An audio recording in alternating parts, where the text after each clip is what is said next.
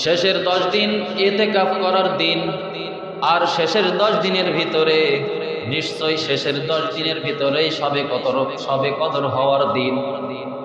আবার সাথে সাথে শেষের 10 দিনের ভিতরে আমরা অনেকে আছি যাকাত প্রদান করি, ফিতরা প্রদান করি, এই 10 দিনের ভিতরেই শেষ করার দিন। আবার এই শেষের 10 দিন চলে যাওয়ার পরে সমস্ত কবরওয়ালাদের কবরে আযাব দেওয়া হচ্ছিল বাকি 11টি মাস। সেই সমস্ত 11টি মাস যে তাদের কবরে আযাব ছিল, একটা মাস তাদের ছুটি ছিল, এই 10টা দিন চলে গেলেই তাদের আবার গ্রেফতার হওয়ার দিন। এই জন্য শেষের 10 দিন চলে গেলে সব দিন বোনাসের দিন সব শেষ। এ কারণে শেষের 10টা দিন বেশি গুরুত্বপূর্ণ বাকি 20টা দিনের চেয়ে। তবে বাকি 20টা দিনও যদি কোনো ব্যক্তি ইবাদত বন্দেগী করে সেই ব্যক্তিও সওয়াবের অধিকারী হবে। এই জন্য শেষের 10টা দিনের জন্য আমরা বেশি একটু সময় লাগাবো। 1 নম্বর কারণ হলো শেষের 10টা দিনের ভিতরে ইতিকাফ করতে হয়। এই ইতিকাফ হলো এত গুরুত্বপূর্ণ। এই ইতিকাফ জীবনে রাসূল করিম সাল্লাল্লাহু আলাইহি ওয়াসাল্লাম এই রমজান যখন 2য় হিজরিতে আল্লাহ তাআলা রমজানকে রোজাকে দিয়েছিলেন, এই 2য় হিজরিতে যখন রোজা ফরজ হয়েছে, এই ফরজ হওয়ার পর থেকে নিয়ে রাসূল করিম সাল্লাল্লাহু আলাইহি ওয়াসাল্লাম জিন্দেগিতে কখনো একটা রমজানও ইতিকাফ করেননি, এমন একটা রমজান যায়নি। তাহলে আল্লাহ রাসূল সাল্লাল্লাহু আলাইহি ওয়াসাল্লাম প্রত্যেকটা রমজানেই ইতিকাফ করেছেন, শুধু একটা রমজানে করতে পারেননি। এই একটা রমজানে না করতে পারার কারণে বাকি পরের রমজানে আল্লাহ রাসূল একটা মাস ধরেই ইতিকাফ করেছিলেন। তাহলে এই ইতিকাফ কত গুরুত্বপূর্ণ। একটা রমজান করেনি বিদায় আমরা বুঝতেছি যে একটা রমজান করেনি, এই কারণে আমাদের ভিতরে এই ইতিকাফ সুন্নাত রয়ে গেছে। যদি ওই রমজানটাও আল্লাহর রাসূল সাল্লাল্লাহু আলাইহি ওয়াসাল্লাম ইতিকাফ করতেন, তাহলে আমাদের জন্য এই ইতিকাফ ওয়াজিব হয়ে যেত।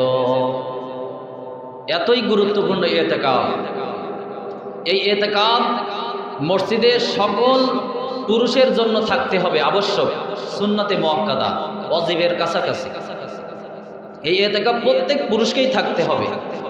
যে মহল্লায় যে মসজিদ, এই মসজিদের হক প্রত্যেক পুরুষকেই, প্রত্যেক আকেল বালেক পুরুষকে থাকতে হবে মসজিদের, এটা হক, সবাইকে থাকতে হবে। সবাইকেই মসজিদে ইতিকাফে থাকতে হবে। এটা রাসূল করিম সাল্লাল্লাহু আলাইহি সাল্লাম ছিলেন, তিনার সাথে সাহাবা আজমাইনরাও ছিলেন। এই ইতিকাফ থাকার কারণে ইতিকাফ থাকার ফজিলতটা কি? ইতিকাফ যদি কোনো ব্যক্তি থাকে, তাহলে সেই ব্যক্তির ওই 10টা দিনের ভিতরে যদি সবে কদর চলে যায়, সবে কদর যদি অতিবাহিত হয়ে যায়, মহল্লাবাসীর ভিতরে যদি কেউ শামিল না হতে পারে, যদি যেই ব্যক্তি ইতিকাফে থাকবে ওই ব্যক্তির উপর দিয়েই ইতিকাফ যাবে। সুতরাং সেই ব্যক্তি যদি ইতিকাফ থাকা অবস্থায় ঘুমায়ও থাকে, যে সবে কদরের একটা যে বরকত, 1000 মাসের চাইতেও যে সওয়াব, যেই ব্যক্তি ইতিকাফে থাকবে আল্লাহ রাব্বুল আলামিন ওই ব্যক্তিকে শামিল করে নিয়েই তাকে সবে কদর দান করবে। সুবহানাল্লাহ। ইতিকাফ থাকার ফজিলত। ইতিকাফ যেই ব্যক্তি থাকবেন তিনি নিশ্চয়ই অবশ্যই সবে কদর পাবেই হবে। সে ইতিকাফ থাকার কারণে তার ভিতর দিয়েই যাবে। আল্লাহ রাব্বুল আলামিন ফেরেশতাদেরকে বলে দিবে যে ফেরেশতা, ইতিকাফের যে ফজিলত যে দেওয়া হয়েছে, এই ফজিলত যাদের যাদের তুমি লিস্ট করবা, তালিকাভুক্ত করবা, ইতিকাফের সবে কদরের যে তালিকা তুমি লিস্ট করবা, ফেরেশতারা আমার ঘরে যে মেহমান হাজির হয়ে গেছে, আমার ঘরে যে মেহমান আছে ওই মেহমান যেন বাকি না থাকে। আমার ঘরের মেহমান যে হাজির আছে, আমার ঘরের মেহমান ওই সবে কদরের রাত্রে যেন লিস্ট তার নামে যেন তালিকাবদ্ধ করা হয়। সুবহানাল্লাহ। ইতিকাফ থাকার ফজিলত। যিনি ইতিকাফ থাকবেন তিনি ইতিকাফ থাকার কারণে সবে কদর পাবেনই পাবেন। এটা ইতিকাফ ওয়ালার ফজিলত, 1 নম্বর ফজিলত সে পাবে। এই জন্য ইতিকাফ আমাদের সকলের উপরে অত্যাবশ্যক। হাদিস দ্বারা আমরা জানতে পারলাম যে রাসূল করিম সাল্লাল্লাহু আলাইহি ওয়াসাল্লাম সারা জিন্দেগির ভিতরে একটা বছর বাদে আর জীবনে কখনোই তিনি ইতিকাফ ছাড়েননি। আর আমাদের ভিতরে এমন যদি এখন হাত ওঠানো হয়, তাহলে আমরা অনেকেই হাত উঠবে যে আমরা ইতিকাফ জীবনে অনেকেই করিনি। আমরা এতেকাব যে জীবনে অনেকেই করিনি, আমরা অধিকাংশ মানুষ এখানে এতেকাব কি করতে পারছি? এতেকাব করেছি বলেন তো? এতেকাব করতে পারিনি। কারা কারা এতেকাব করেছেন তারা হাত উঠান তো দেখি, যে ইনারা জীবনে একবার হলেও এতেকাব করেছেন। হাত উঠান তো একটু, এটা লজ্জাজনক না, মানে জানার জন্য যে দেখি আমাদের অবস্থায়, মানে আমলের অবস্থা। জীবনে একবার এতেকাব করেছে এই 2-3 জন। তাহলে আমরা এখানে 40-50 জনের ভিতরে 2-3 জন এতেকাব করছি জীবনে, আর বাকি কেউ এতেকাব করতে পারিনি। অথচ রাসূল করিম সাল্লাল্লাহু আলাইহি ওয়াসাল্লাম তিনি জিন্দেগিতে এতেকাব ছাড়েননি, আর আমরা জিন্দেগিতে এতেকাব করিনি। তাহলে পার্থক্য দেখছেন? আমরা নবীজিকে ভালোবাসি, আমরা নবীজির উম্মত, তিনার সুন্নাতকে অনুসরণ করে তিনার উম্মত হব, অথচ যেই আমল নবীজি ছাড়েননি ওই আমল আপনি আমি জীবনেই করিনি। কি জবাব আল্লাহ তাআলার কাছে আমরা দেব? অথচ এখানে এই মেম্বারে বসে কত হুজুররা আছে, কত মৌলবীরা আছে, তারা ফতোয়া দেবে যে সুন্নাত না মানলে অসুবিধা কি, জাহান্নামে কি, সুন্নাত না মানলে কি জাহান্নামে যাব, সুন্নাত না মানলে জাহান্নামে যাব, এ কথা ফতোয়া দিতে দিতে সমাজের অবস্থা এমন, আমরা হাফ শার্ট গায়ে দিয়ে নামাজ পড়া ধরছি, টুপি না পরেই নামাজ পড়া ধরছি, পাঞ্জাবি পড়লে যে সুন্নাত আদায় হবে এই ফতোয়া রাখি না, কিন্তু হাফ শার্ট গেঞ্জি গায়ে দিয়ে নামাজ পড়লে নামাজ আদায় হবে এই ফতোয়া ঠিকই পকেটে রাখি। অথচ সুন্নাত আদায় করে নামাজ পড়লে নামাজের বেশি সওয়াব, এই ফতোয়া উঠাই ফেলছে, এই ফতোয়া উঠাই ফেলছে। সুন্নাত না পড়লে কি জাহান্নামে যাবে, এই কথা আমরা ফতোয়া লাগাই ফেলছি। অথচ সুন্নাত আদায় করলে নবীর উম্মত হতে হবে, নবীর উম্মত হতে হলে সুন্নাত আদায় করতে হবে, এই ফতোয়া আস্তে আস্তে উঠে যাচ্ছে। এই এতেকাব করা এটা সুন্নাত, কিন্তু এতেকাব করা সুন্নাত ঠিক, কিন্তু সুন্নাতে মুআক্কাদা অবশ্যই থাকতে হবে। যদি না থাকে কেউ, তাহলে এলাকাবাসী সকলেই গুনাহগার হয়ে যাবে। এজন্য এটা সবার উপরে সুন্নাত। নবীজির উম্মত যদি হতে হয় তাহলে সবার উপরে সুন্নাত এটা আদায় করতে হবে। জীবনে একদিন হলেও থেকে দেখেন, কত ফায়দা এতে, কত লাভ, কত মজা। জীবনে থেকে দেখেন, একদিন তো থাকলে এতেকাব হয় না, জীবনে একবার হলে থাকেন। জীবনে অনেক চাচারা আছেন যে 50-60 বছর 70 বছর হায়াত পার হয়ে গেল, 10টা দিন আপনার এতেকাব করার সময় হয়নি, আপনি এত ব্যস্ত। অথচ 10টা দিন যদি আপনি হাসপাতালের বেডে শুয়ে থাকেন, তো 10টা দিন সময় হবে কি হবে না বলেন? 10টা দিন হাসপাতালের বেডে। আজকে 20 রোজা, আজকে সন্ধ্যাবেলায় আপনি এমন অসুস্থ হয়েছেন যে আপনার খুলনায় 250 বেডে ভর্তি করা লাগবে, ডাক্তার বলল 10 দিন থাকা লাগবে। 10 দিন যদি না থাকে আমরা এই ট্রিটমেন্ট দিয়ে সুস্থ করতে পারবো না, 10 দিন থাকতে হবে। তাহলে আপনাকে আল্লাহ তাআলা রাখলেন ঠিক, কিন্তু হাসপাতালের বেডে। মসজিদের ঘরে শুয়ে থাকতে পারলেন না, হাসপাতালের বেডে যদি আপনি ঘুমান তাহলে ডাক্তার সহ ঘুমালেন, ডাক্তার নিয়ে ঘুমালেন, ভাড়া দিয়ে ঘুমালেন।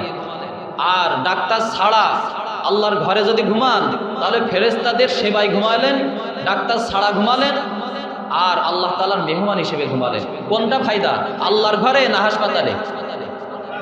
সবাই বলেন আল্লাহর ঘরে না হাসপাতালে? তাহলে আমরা আল্লাহর ঘরে মেহমান হতে চাই কি চাই না? চাই। তবে এটা বুঝে আসে না, বুঝে আসবে না, সহজে বান্দায় বুঝে আসে না, কিন্তু ধরে ফেললে ঠিকই বুঝে আসে। হাসপাতালের বেডে সে ঠিকই বুঝে আসবে। আপনাকে না হোক, আপনি অসুস্থ হলেন না, আপনার সন্তান যদি অসুস্থ হয় তার সাথে আপনার যদি থাকতে হয় সেখানেও থেকে গেলেন। এজন্য আল্লাহ তাআলা আপনাকে আমাকে সুযোগ দিয়েছেন, এই সুযোগটা কাজে লাগাই। আমিও জীবনে 5 বার থাকছি সুযোগে, আমিও জীবনে 5 রমজান থাকছি, আলহামদুলিল্লাহ। আল্লাহ তাআলা সুযোগ দিয়েছেন, তবে আল্লাহ তাআলা সুযোগ দিলে আরও থাকবো। এবারও থাকতাম যদি আমার ব্যস্ততা না থাকতো, মাদ্রাসা না থাকতো, আমার দিনের খেদমতের কারণে আমি থাকতে পারছি না, নিশ্চয়ই এবারও থাকতাম ইনশাআল্লাহ। তবে আপনারা নিয়ত করেন, সুযোগ থাকলে অবশ্যই থাকবেন। এই 10টা দিন এতেকাব থাকার দিন, এই 10টা দিন সবে কদর তালাশের দিন, এই 10টা দিন গুনাহ মাফ চাওয়ার দিন, নাজাতের দিন, মাগফিরাতের দিন, রহমতের দিন। অথচ আমরা এই 10টা দিন ইবাদতের দিন, আর আমরা এই 10টা দিন বানাইছি কিসের দিন বলেন তো? কিসের দিন বানাইছি বলেন? মার্কেট করার দিন। কিসের দিন? মার্কেট করার দিন। এই 10টা দিনে আমরা মার্কেটে ব্যস্ত থাকবো, মা বোনেরা ভাইয়েরা সবাই মার্কেট করায় ব্যস্ত থাকবো এই 10টা দিন। অথচ এই 10টা দিন ছিল ইবাদত করার দিন ছিল। মার্কেট করেন, আপনার এটা হারাম না, নিষেধ করা হচ্ছে না, কিন্তু আপনি আগে আগে করে ফেলান, আগে আগে ঝামেলা মুক্ত হন। আপনার ঝামেলা যেহেতু করতে হবে, অবশ্যই সন্তানের আপনার সন্তান যারা আছে ছোট, তারা কথা শুনবেন, অবশ্যই মার্কেট করতে হবে, নতুন জামা কাপড় অবশ্যই দরকার, ঠিক আছে, কিন্তু এটা আগেই করেন। ঈদের নামাজ নতুন জামা কাপড়ে করতে হবে, এটা হাদিস কোরআনে কোথাও কি আছে? নতুন জামা কাপড়, আমার নতুন জামা কাপড় না হলে ঈদের নামাজ হবে না, এরকম কথা আছে হাদিসে? নেই।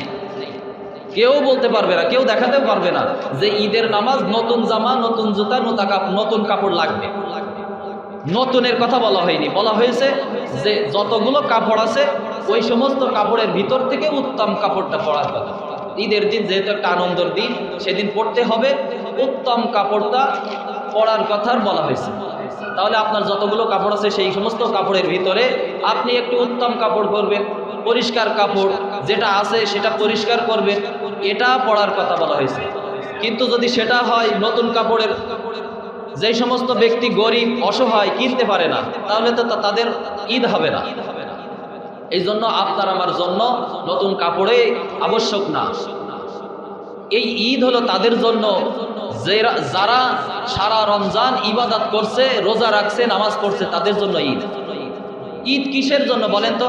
এই ঈদটা একমাত্র শুধুমাত্র গুনাহ মাফের আনন্দের কারণে ঈদ। ঈদ মানে কি? আনন্দ। ঈদ শাব্দিক শব্দের অর্থ হলো বছর ঘুরে আসা। ঈদের শাব্দিক অর্থ কি? বছর ঘুরে আসা। এটা বছর ঘুরে আসে, এই কারণে একে ঈদুন বলা হয়েছে। ঈদুন শব্দের থেকে ঈদ, আল আউদু লোট না, ফিরে আসা, সেখান থেকে ঈদ হয়েছে।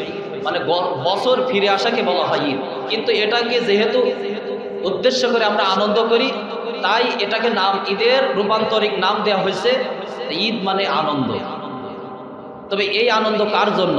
যে সারা রমজান নামাজও পড়িনি, রোজাও রাখিনি, তার যে জুত, সে জুতে চলছে, শুধু ঈদের দিন যায় নামাজ একটা বগলে নিয়ে সামনের কাতারে যে নামাজ পড়বে নতুন একটা পাঞ্জাবি পরে, ঈদ হয়ে গেল। কি বলেন? ঈদ হয়ে গেল? হ্যাঁ, এত সহজ। ঈদ কি তার জন্য? ঈদ তার জন্য না। ঈদ খুশি, এই খুশি তার জন্যই যে ব্যক্তি রোজা রাখছে, সুস্থ আছে, রোজা রাখছে। অসুস্থ ব্যক্তির জন্য ভিন্ন কথা, তিনি অসুস্থ, তিনি তো রাখতে পারবেনই না। তো তার মনে ব্যথা থাকতে হবে। যদি মনে ব্যথা থাকে, আল্লাহ যদি আমি সুস্থ থাকতাম তাহলে এই রোজাগুলো রাখতে পারতাম এবং আমি নামাজ পড়তে পারতাম, রোজাগুলো সব রাখতে পারতাম, আল্লাহ তুমি আমাকে সুস্থ রাখোনি, এ কারণে আমি রাখতে পারছি না। এই ব্যথা যদি অন্তরে থাকে, চোখে যদি পানি থাকে, তাহলে ওই ব্যক্তিও রোজার সব পেয়ে যাবে। সুবহানাল্লাহ। তবে ব্যথা থাকতে হবে। তো ঈদ ওই ব্যক্তির জন্যই যিনি রোজা রাখছে, সবে কদর তালাশ করছে এবং নিজের গুনাহগুলো মাফ করাই নিতে পারছে, তার জন্য ঈদ, তার জন্যই আনন্দ, তার জন্যই খুশি। এজন্য সামনে ঈদ আসছে, যারা আমরা রোজা রাখি না, মা বোনরা এবং ভাইয়েরা, চাচারা, বাবারা, মাইকে যারা শুনছি, মসজিদে আসি না জুমার দিনেও, অনেক মহল্লায় অনেক বাবারা আছে যে জুমার দিনেও মসজিদে আসে না। এই মাহে রমজান তাই কি হয়েছে, জুমার দিন আসে না। আমি খোঁজ নিছি, জানি, অনেকের খবর জানি। তাদের কানেও যদি এই মাইকের আওয়াজ পৌঁছায়, তারাও শোনেন। বাপ, আপনার সময় আপনি নষ্ট করছেন, আপনার ক্ষতি আপনি নিজেই করছেন, আপনার জাহান্নামের অর্জন আপনি নিজেই করছেন। মা বোন, আপনার ক্ষতি আপনি নিজেই করছেন। অনেক মায়েরা আছে তার মেয়েকে রোজা রাখতে দেয় না। আমি খবর পাইছি, এলাকায় অনেক খবর শুনেছি, তার মেয়েকে রোজা রাখতে দেয় না। কি হয়েছে? ছোট মানুষ রোজা রাখতে পারে, অথচ সাবালিকা, তার ছেলেটা বালেগ হয়ে গেছে, গায়ের জোর কমে যাবে, চেহারা খারাপ হয়ে যাবে, গায়ের গোশত কমে যাবে, এই কারণে রোজা রাখতে দেয় না মা বাবা। ওই সন্তান রোজা না রাখার কারণে আর আপনার কথার কারণে রোজা রাখছে না, ওই যে রোজা রাখছে না সন্তান, আপনি রোজা রাখতে দিলেন না, তার একটা গুনার ভাগ সে তো পাচ্ছে, আপনি পাবেন, আপনার আমলনামায়ও আসবে। এই জন্য যার সন্তান বালেগ হয়ে গেছে, তাকে অবশ্যই রোজা রাখার জন্য তাকিদ দিবেন। আপনি তার কিসের উপকার করলেন? আপনি আপনার সন্তানের কেমন উপকার করলেন যে সে জাহান্নামে যাবে, আগুনে পড়বে? আগুন থেকে, জাহান্নামের আগুন থেকে আপনি বাঁচাতে পারছেন না, তাহলে আপনি তার তো কোনো উপকারই করতে পারলেন না, তার উপকার করছেন না, তো এটা তো তার জন্য আপনি ক্ষতি করলেন আপনার সন্তানের। এই জন্য আপনার সন্তানের যে রোজা রাখতে দিচ্ছেন না, রাত্রে জাগায় নামাজ পড়তে বলেন না, এটা তার উপকার না ভাই। আপনার জন্য আপনার পিতামাতা উপকার করছে না, এটা ক্ষতি, আপনাকে জাহান্নাম উপার্জন করাচ্ছে। এই জন্য সন্তান যাদের, সাবালিকা মেয়ে আর বালেগ ছেলে যাদের সন্তান, অবশ্যই কঠিন হবে রোজা রাখার জন্য, কঠিন হবে। আমার এটা দায়িত্ব থেকে আমি আপনাকে বলে দিলাম, দাওয়াত দিয়ে দিলাম। আপনি যদি না বোঝেন, না রাখেন, ক্ষতিগ্রস্ত আপনিও হবেন, আপনার সন্তানও ক্ষতিগ্রস্ত, জাহান্নামী হবে। আরেকটা কথাও মনে রাখবেন, আল্লাহ তাআলা বলছেন ওয়া উম্মিহি ওয়া আবি ওয়া সাহিবাতিহি ওয়া বানি লিকুল্লি ইমরিইন মিনহুম ইয়াওমা ইযিন শা'নুন ইউগনি। আল্লাহ তাআলা বলেন ওয়া উম্মিহি ওয়া আবি, কিয়ামতের ময়দানে, হাশরের ময়দান যখন কায়েম হয়ে যাবে, সেই সময় যখন ওয়া উম্মিহি ওয়া আবি, সন্তান যখন পিতাকে, মাতাকে দেখবে, মায়কে দেখবে, ও সাহিবাতিহি ওয়া বানি, যখন সন্তান পিতাকে দেখবে, সন্তান যখন মাকে দেখবে যে কিয়ামতের ময়দানে ওই কোনায় আমার মা আছে, ওই কোনায় আমার বাবা আছে, এটা দেখার সাথে সাথে যখন সন্তান দৌড়ায় যাবে যে আমার পিতার কাছে যাই, অল্প একটু আমলের প্রয়োজন, একটা নেকির দরকার, একটা নেকি হইলেই আমি আজকে জান্নাতে চলে যাব। আমল নামায় যদি একটা নেকি দেই তাহলে আমার নেকির পাল্লা ওজনে ভারী হয়ে যাবে। এটার কারণে ওই সন্তান যখন মায়ের কাছে দৌড়াবে যে নিশ্চয়ই আমার মা হয়তো দেবে, একটা নেকি যখন দরকার আমার মা হয়তো আজকে দিবে। যে মা দুনিয়াতে এত কষ্ট করছে, আমাকে 9 মাস 10 মাস পেটে রাখছে, পেটে রাখার ভিতরে যখন এত কষ্ট করছে, খাইতেও পারে নাই, বমি করছে, ঠিক মতো খাইতে পারে নাই, প্রসব বেদনায় এত কষ্ট সহ্য যখন করছে, দুনিয়াতে আমাকে মানুষ করছে, যে মায়ে আমাকে যত দুনিয়াতে এত কষ্ট করছে যখন, তাহলে হয়তো হাসরের ময়দানে ওই মায়ে আমার আজকে একটা নেকি হয়তো দিবে। এ কারণে যখন মাকে দেখবে, দেখার পরে ওই মায়ের কাছে সন্তান চলে যাবে, চলে যাওয়ার পরে দেখবে যে মা যখন দেখবে সন্তান, আমার ছেলে দুনিয়া থেকে, যেই ছেলে, বড় ছেলে, মেজো ছেলে, ছোট ছেলে আমার কাছে আসছে, এটা দেখার পরে মা দৌড়ায় চলে যাবে, পলায় চলে যাবে যে হয়তো আমার সন্তান আমার কাছে আসছে শুধুমাত্র একটা হয়তো নেকি নেবে, নেকি নেওয়ার জন্যই আসছে, এ কারণে দৌড়ায় চলে যাবে, দৌড়ায় পলায় যাবে। ওয়া উম্মিহি ওয়া আবি ওয়া সাহিবাতিহি ওয়া বানি, আর ছেলেকে দেখে পিতাও চলে যাবে, পলায় চলে যাবে, সন্তানের সাথে দেখা দিবে না, পরিচয় দিবে না। আর কারোর সন্তানের সাথে দেখা হয়ে যাবে, বলবে বাপ তুমি তো আমার দুনিয়াতে এত মাথার ঘাম পায়ে ফেলে কষ্ট করে মানুষ করছো, তুমি তো আমার সেই দুনিয়ার বাপ, আজকে আমি একটা নেকির জন্য জাহান্নামে যাব, একটা নেকির প্রয়োজন। তখন পিতাও বলবে ওয়া সাহিবাতিহি ওয়া বানি লিকুল্লি ইমরিইন মিনহুম ইয়াওমা ইযিন শা'নুন ইউগনি। আমি দুনিয়াতে কোনো সন্তান আমার দুনিয়াতে ছিল না, দুনিয়াতে আমি বিবাহ করি নাই, আমার কোনো সন্তানাদি ছিল না, আমার কোনো বাপ মা ছিল না, আমার কোনো স্ত্রী ছিল না, আমার দুনিয়াতে কেউ ছিল না, আমি ছিলাম একা। সেদিন কিয়ামতের ময়দানে বাপও পরিচয় দিবে না, মাও পরিচয় দিবে না, সন্তানও বাপের পরিচয় দিবে না, কেউ কারোর পরিচয় দিবে না। একটা নেকির জন্য সবাই সবার মতো, যার মতো সে ইয়া নাফসি, যার মতো সে ছুটতে থাকবে। হাশরের ময়দানের অবস্থা হবে এই। আল্লাহ তাআলা পরিচয় পরিষ্কার জানাই দিয়েছেন, উম্মিহি ওয়া আবি, মায়ের পরিচয় সন্তান দিবে না, বাবা ছেলের পরিচয় দিবে না, যার মতো সেই চলবে। তাহলে দুনিয়াতে কে কাকে উপকার করছে? আপনি আপনার সন্তানের উপকার করছেন না, ধরা খাওয়াই দিয়েছেন। সেদিন কেউ কারোর পরিচয় দিয়ে কেউ কারোর পার করবে না, কেউ কারোর একটা নেকিও দিবে না। হাশরের ময়দান হবে এমন ময়দান। এজন্য দুনিয়ার এই অল্প সময়ের পরিচয়, এটা কোনো পরিচয়ই না। তবে হ্যাঁ, যদি কারো সন্তান জান্নাতে যায়, কারো যদি সন্তান জান্নাতের উপযুক্ত হয়ে যায়, তাহলে পিতামাতাকে নিবে। তবে আপনার পকেটেও কিছু থাকতে হবে, একেবারে খালি থাকলে হবে না, একেবারে গোছাই গাছাই বসে থাকলে হবে না, আপনার পকেটেও কিছু থাকতে হবে, আমল না হবে। এজন্য হাশরের ময়দান হবে যার মতো তার ময়দান, যার আমল নামা তার আমল নামা উপকার করার ময়দান, তাকে নিজেকেই নিজের উপকার করবে, কেউ কারো উপকার করতে পারবে না।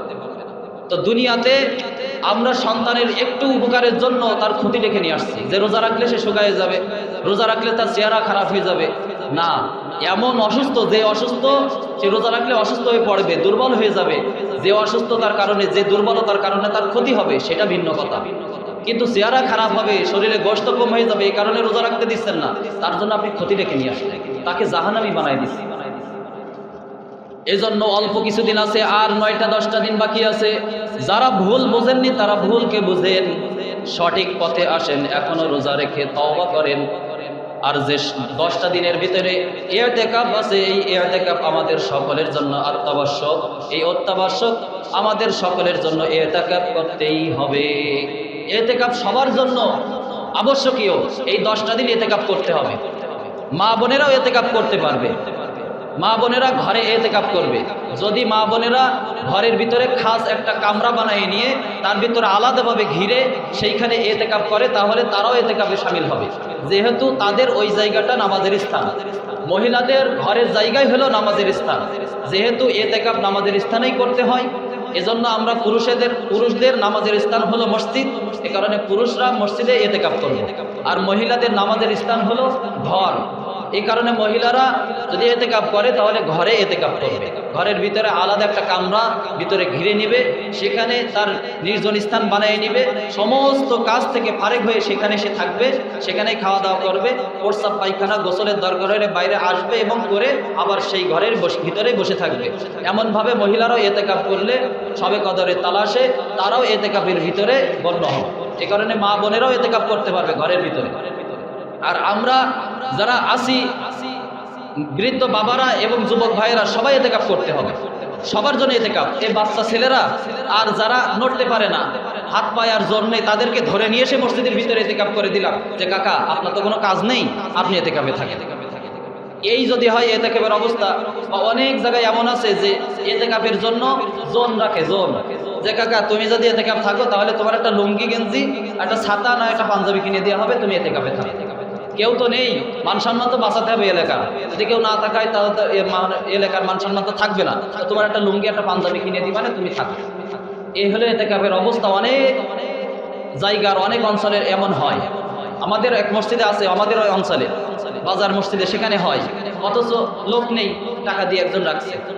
যাকে রাখতো সে মারা গেছে গত বছর, এবার কে থাকবে আল্লাহ পাকি ভালো জানে। তো এই হলে এতেকাফের অবস্থা। তো এতেকাফে থাকতে হবে সবল ব্যক্তি, যিনি আল্লাহ তাআলার সান্নিধ্যে থাকবে। এতেকাফ থাকার উদ্দেশ্য হলো কেমন জানি সে কবরের ভিতরে আছে, কারোর সাথে কোনো যোগাযোগ থাকবে না, আল্লাহ তাআলাকে পাওয়ার জন্য সে এতেকাফে ধ্যানে বসে থাকবে। সে ধ্যানে থাকবে, কারোর সাথে কোনো যোগাযোগ নেই, কাউকে চিনবে না, কারোর পরিচয় সে জানবে না, শুধুমাত্র সে আল্লাহ তাআলার সান্নিধ্যে একাকিত্বে থাকবে। এটাই হলো এতেকাফ। মা বোনরা ওইভাবে থাকবেন।